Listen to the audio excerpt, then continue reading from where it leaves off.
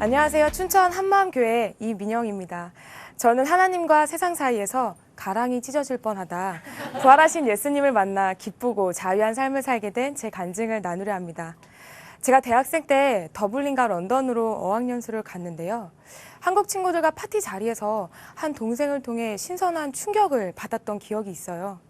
다들 술을 마시는데 그 동생만 술을 마시지 않는 거예요. 제가 왜 술을 마시지 않냐 물어보니까 그 동생이 교회에 다닌다고 하더라고요. 교회 다녀도 술 마실 사람 다 마시는데? 이런 생각에 제가 좀 멋쩍어 하니까 그 동생이 성경 말씀이 다 사실인데 어떻게 술을 마실 수 있냐고 얘기를 하는 거예요. 저는 정말 깜짝 놀랐습니다. 이전에는 이렇게 말하는 사람을 본 적이 없었거든요. 저도 교회를 다니는데 뭔가 다른 거예요. 그러면서 한편으론 나도 저렇게 되고 싶다 그런 생각을 했습니다. 저는 6살 때 처음 교회를 나가게 됐고 제가 초등학교 3학년 때 저희 가족이 다 교회를 다니게 됐어요. 교회가 시골에 있었고 작았기 때문에 온 가족이 교회에서 봉사를 도맡아 하게 되었는데요. 저는 어린이 예배, 중고등부, 장년 예배 이렇게 모든 예배에 반주를 했습니다. 한 번씩 부흥회를 하게 되면 부흥 강사 목사님들은 꼭 칭찬을 해주셨는데요. 어린 나이임에도 불구하고 열심히 봉사하는 모습을 보시고 그러셨던 것 같아요. 저는 정말 뜨거운 아이였습니다. 한 번은 예배당에서 혼자 찬양을 부르는데 예수님이 너무 좋은 거예요. 어떻게 제 마음을 표현하고 싶은데 어떻게 해야 될지 모르겠더라고요. 예수님께서 날 위해 십자가 지셨으니까 나도 예수님을 위해 죽으면 되는 건가? 지나가는 차에 뛰어들어 죽기라도 하면 내 마음을 표현할 수 있을까? 이런 생각을 하기도 했거든요. 그런데 이렇게 뜨거웠던 제 마음이 서서히 식기 시작하는 거예요. 중학교를 가서 친구들과 어울려 노는 시간이 많아질수록 예배가 점점 성가시게 느껴졌습니다. 친구들과 모여서 남자친구들도 만나고 멋있는 오빠들도 만나고 그렇게 자연스럽게 술자리도 끼게 되고 또 담배도 피게 됐어요. 좁은 공간에서 담배를 하도 많이 피니까 머리를 감아도 계속 냄새가 배어 있었어요. 학교에 가서도 담배를 폈는데요. 손에 냄새가 배지 않게 하려고 나무젓가락 사이에 껴서 피고 가위 손잡이 사이에도 껴서 피고 그렇게 담배를 폈고요. 집에서도 또 심지어는 교회 수련회를 가서도 담배를 피게 되더라고요. 아버지께서 왜 이렇게 머리에서 담배 냄새가 나냐 물으시면 저는 PC방에서 놀다 와서 그래 그냥 이렇게 불러대기만 했습니다. 한 번은 술집에서 친구들과 술을 마시다 경찰한테 걸린 적이 있어요. 제가 그때 밖에서 이렇게 전화를 하고 있었는데요. 제 앞에 칼주름 제복 바지가 눈에 들어오는 거예요. 뭐지? 하면서 고개를 천천히 올리는데 경찰이 제 앞에 딱 서 있는 거예요. 그때 저는 사실 밖에 있었기 때문에 안 걸릴 수도 있었지만 친구들이 다 술집에 있는데 어떻게 나 혼자 도망갈 수 있나 그런 마음에 경찰 앞에서 전화를 딱 끊고 다시 술집으로 들어갔습니다. 그렇게 저와 친구들은 그 자리에서 다 경찰서로 연행이 되었어요. 저는 시험 기간에 독서실 끊어놓고 그냥 놀러 나가기 바빴고요. 학원에서는 공부는 하지 않고 도망만 가다 원장님께 경고도 많이 받았어요. 그 다음부터는 창문으로 가방을 던져놓고 화장실 가는 척하며 도망을 갔는데요. 한 번은 친구들이 던져주는 가방을 밑에서 받고 있는데 원장님이 딱 걸어오시는 거예요. 정말 그대로 걸렸습니다. 이건 뭐 말로도 안 되고 원장님께서는 그 다음 시간에 영어 단어 시험을 봐서 몇 점 이하는 학원 나가라 그러셨는데 전 그렇게 학원을 나가게 됐습니다. 저희 어머니께서 제가 공부는 잘 못해도 학교 생활은 잘할 것이라 철석같이 믿고 계셨는데요. 중학교 3학년 때 담임 선생님 호출로 학교에 오셨다가 제가 전교생 분위기를 흐리고 있다는 선생님 말씀에 충격을 받으시고는 집에 가시는 내내 우셨어요. 저는 중학교 때 부모님과 말도 잘 하지 않았고 또 집에서는 잘 웃지도 않았거든요. 가족들보다 친구들을 더 좋아했고 말썽을 피워도 그게 부모님께 죄송한 일이라고는 생각하지 않았는데 그때는 학교에 불려오셔서 이렇게 우시는 어머니를 보니까 너무 죄송하더라고요. 그리고 솔직히 예수님 믿으면서 술 먹고 담배 피면 안 되잖아요. 그런 생각을 하다 보니까 술은 좀 체질에 맞지 않아서 원래 잘 마시지 않았고 담배는 끊고 싶었습니다. 제 주변 친구들이 다 담배를 피우고 있어서 끊는 게 쉽진 않았지만 저는 고등학교 2학년 때 담배를 끊었습니다. 그렇다고 제 삶이 크게 달라지진 않더라고요. 저는 대학도 친구가 원서 넣은 학교에 따라 넣었다가 덜컥 붙어서 가게 되었는데요. 저는 정말 수시를 합격하면 정시 지원이 안 되는 줄 몰랐거든요. 다른 학교에 가려다가 합격 통보를 받고서 정말 눈물을 흘렸던 기억이 있습니다. 공부에 별 관심이 없던 제가 대학 입학과 동시에 푹 빠지게 된 게 있었는데요. 그건 바로 클럽 활동이었습니다. 대학 생활의 꽃이라 불리는 동아리 활동이 아니고요. 바로 음악에 몸을 맞춰 춤을 추는 그 클럽이었어요. 술 마실 사람은 술 마시고 춤출 사람은 춤을 추는 그 자유로운 분위기에서 저는 술 한 방울 마시지 않고 춤만 추고 노는데도 그게 너무 재밌는 거예요. 또 그냥 가면 밋밋하니까 바지에 거는 쇠사슬 체인 액세서리에 피어싱도 했는데요. 피어싱은 귀를 뚫는 것처럼 피부를 뚫는 건데 저는 코에 피어싱을 하고 원래 귀를 뚫었던 자리를 더 넓게 확장하는 피어싱을 했어요. 그런데 그 크기가 야광 팔찌를 귀걸이로 할 정도였습니다. 그렇게 클럽에서 정신없이 놀다가 집으로 돌아가는 길에 제 마음 한구석을 불편하게 하는 게 하나 있었어요. 그건 바로 새벽 기도를 가는 교회 버스들이었습니다. 나는 허무하게 세상 즐기다 이 시간에 집에 가는데 저 사람들은 기도하러 교회를 가네? 하면서 버스 안에 있는 사람들이 보이는데요. 순간 제 마음속에 내가 있어야 할 곳이 저긴데 그런 생각이 드는 거예요. 그런데 그것도 잠시 새벽 늦게까지 놀다가 그 다음날 오후에 늦은 시간에 일어나고 또 어두워지면 놀러 나가고 그런 생활의 반복이었습니다. 한 번은 주일날 예배를 갔는데요. 제가 코에 피어싱도 있고 머리색도 요란하니까 어떤 분이 저에게 노랑머리는 교회 출입 금지다. 왜 이렇게 불량하냐? 어느 학교 학생이냐 하시며 2주 동안 저에게 뭐라 하시는 거예요. 저는 그때 이런 생각을 했습니다.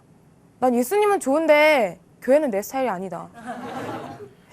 그 다음부터는 교회 모임이나 청년부 모임에 큰 관심을 두지 않았어요. 제가 대학교 2학년 때 저희 언니가 캐나다에서 어학연수를 하고 있었는데요.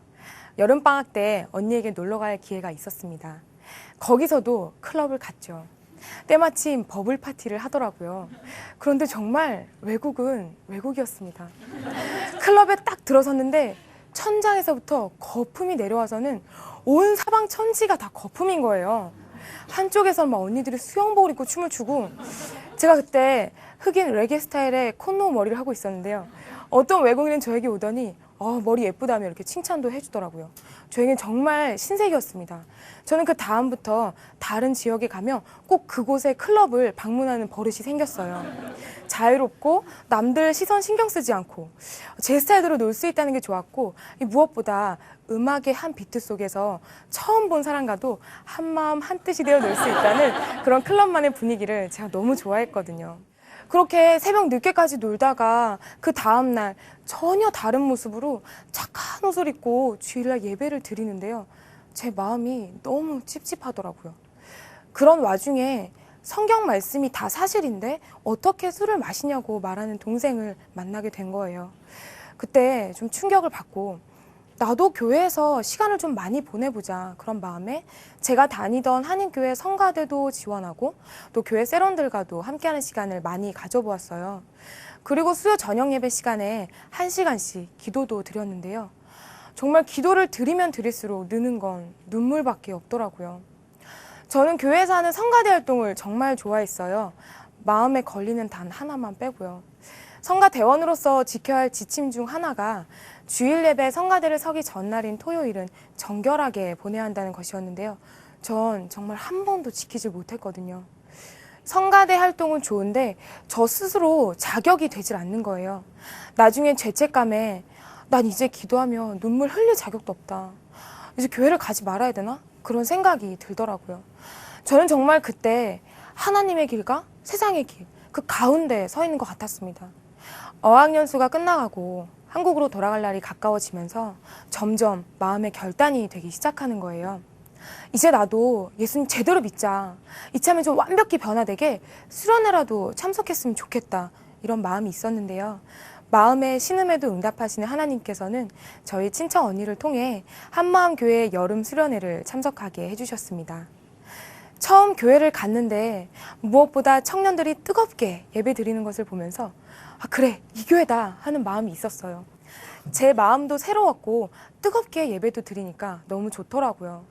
그렇게 두 번째 날 수련회도 참석을 했는데요. 오후 예배를 드리고 나서 교회 한 언니가 저에게 오시더니 갑자기 질문을 하시는 거예요. 왜 예수님이 죽고 부활하셨는지 아니? 한 번도 생각해 본 적이 없었던 질문이었는데 자동으로 대답이 나오더라고요. 저의 죄를 사해 주시기 위해서요.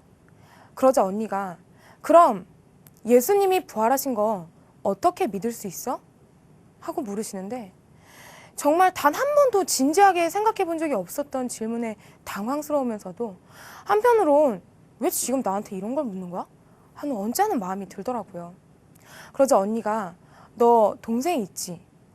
너랑 같이 잘 크던 그 동생이 어느 날 갑자기 누나, 나는 사실 하나님의 아들이야. 그럼 너 믿을 수 있겠니? 미쳤다 하지 않겠어? 하시는데 생각해보니까 그렇겠더라고요. 그러자 언니가 예수님도 마찬가지야. 예수님 동생들도 예수님한테 미쳤다 그랬어. 심지어 3년이나 예수님 따라다닌 제자들도 예수님 안 믿었어 하시며 성경 말씀을 찾아주셨어요. 예수님께서 죽으실 때 다 도망갔던 제자들이 자신들도 그렇게 죽을까봐 유대인들이 두려워 문들을 닫고 있는데 부활하신 예수님이 딱 나타나신 거예요. 그러자 이 제자들의 반응이 놀라고 무서워하여 그 보는 것을 영으로 생각했다는 겁니다. 죽은 사람이 귀신이 되어 나타났다 이렇게 생각했다는 거예요. 그러자 예수님께서 손과 발을 보이시며 영은 살과 뼈가 없지만 나는 있다 봐라 하시는데 이 제자들의 반응이 너무 기쁨으로 아 예수님 정말 부활하셨네요 이게 아니라 너무 기쁨으로 오히려 믿지 못했다는 거예요. 저는 여기서 정말 깜짝 놀랐습니다. 3년이나 예수님을 따라다닌 제자들이 예수님이 십자가에서 죽으시니까 유대인들이 두려워 숨어 있었다는 것도 놀라운데 이 예수님이 제자들 눈앞에 나타나시니까 이게 진짜인가 기이하기도 하고 그런데 손과 발을 보여주시며 확인시켜 주시니까 이게 기쁘면서도 도저히 믿어지지 않은 일이 일어난 거예요. 아, 그동안 교회 다니면서 수도 없이 챙겼던 부활절, 수없이 얘기했던 이 부활은 결코 쉽게 믿을 수 있는 일이 아니었습니다. 그런데 이 세상에 있을 수 없는 일이 실제로 일어난 거였어요. 순간 그럼 성경 말씀이 다 진짜였어? 이런 생각이 드는 거예요. 언니가 사도행전 17장 30절, 31절 말씀을 찾아주셨는데요. 이 예수님의 부활이 보이지 않는 하나님을 믿을 수 있는 모든 사람들에게 주신 증거라고 기록이 되어 있더라고요. 아, 내가 예수님을 정말 안 믿고 있었구나. 이 생각에 그동안 예수님을 믿는다 하며 지었던 죄들이 다 생각나는데요. 알지 못하던 시대에는 하나님께서 허물치 아니하셨거니와 이 구절을 보는 순간 저는 마음속으로 하나님, 저 정말 몰랐어요. 저 정말 몰랐습니다. 하고 외치고 있더라고요. 이런 저의 마음에 그 다음으로 찾아주신 요한복음 16장 9절 말씀은 그대로 꽂히는 하나님의 음성으로 들렸습니다. 죄에 대하라 함은 죄는 너가 나를 믿지 아니하며 정말 놀랐어요. 로마서 1장 말씀에 제가 그동안 헤어나오지 못했던 모든 죄들이 다 기록이 되어 있더라고요. 곧 모든 불의, 추악, 탐욕, 수근수근하는 자, 부모를 거역하고 미워하고 시기하고 질투하고 하나님을 미워하는 자, 이 모든 죄가 하나님을 버린 마음에서 비롯된 것임을 알게 되었어요. 세상 낙을 즐기고 주일 예배 빠지고 11조 드리지 않고 이런 죄도 물론 하나님께 회개할 죄지만 제가 먼저 하나님께 회개해야 할 근원적인 죄는 예수님을 제 마음의 주인으로 믿지 않은 죄였습니다. 잡히지 않는 뭔가를 잡으려고 무작정 달리던 제 삶에 브레이크가 걸린 것처럼 모든 생각들이 다 정지되는 것 같았습니다. 이미 제 마음은 무너지고 있었지만 정말 여러 가지 생각이 들더라고요. 지금까지 제가 살아왔던 삶이 다 무너지고 새롭게 다시 시작해야 되는데 이전과는 완전히 다른 새로운 터, 이 세상의 지식이 아니라 성경 말씀의 터 위에 제 인생의 탑을 쌓아 올려야 하는 것 같았습니다. 내 삶이 다 변하겠구나. 그런데 외로우면 어떡하지? 내가 좋아하는 거 평생 안 하면 살 수 있을까? 이런 생각이 드는 거예요. 그런데 그게 아니었습니다. 하나님의 말씀과 반대로 가고 있는 이 세상은 어둠이었어요. 예전엔 이 세상의 낙을 사랑했지만 예수님께서 십자가에 죽으실 때 그런 저도 함께 죽은 것이었습니다. 그리고 성경 말씀에는 예수님이 죽고 부활하셔서 하늘나라로 가시면 성령님이 오신다고 기록이 되어 있었어요. 예수님을 믿지 않았던 죄를 회개하고 예수님을 믿을 때 성령을 선물로 받는다는 것이었어요. 이제는 제 힘으로 사는 것이 아니라 하나님이 원하시는 삶을 살 수 있도록 성령님이 저를 도와주시는 것이었습니다. 아, 새 피조물이구나. 정말 머리부터 발끝까지 제 존재 자체가 새롭게 느껴지는 것 같았어요. 또 저 혼자가 아닌 예수님 안에서 한 가족된 교회 공동체가 보였습니다. 이전에 전혀 알지 못했던 수련회에서 처음 봤던 그 교회 성도님들이 믿는 예수님을 나도 믿고 이렇게 연결된 우리가 한 생명이며 교회구나. 교회는 그냥 건물이 아니더라고요. 그 다음부터 말씀이 새롭게 들리는데요. 저는 정말 성경이 역사적 사실이라는 것도 몰랐고 예수님이 저와 같은 사람의 모습으로 오셨다는 것도 몰랐거든요.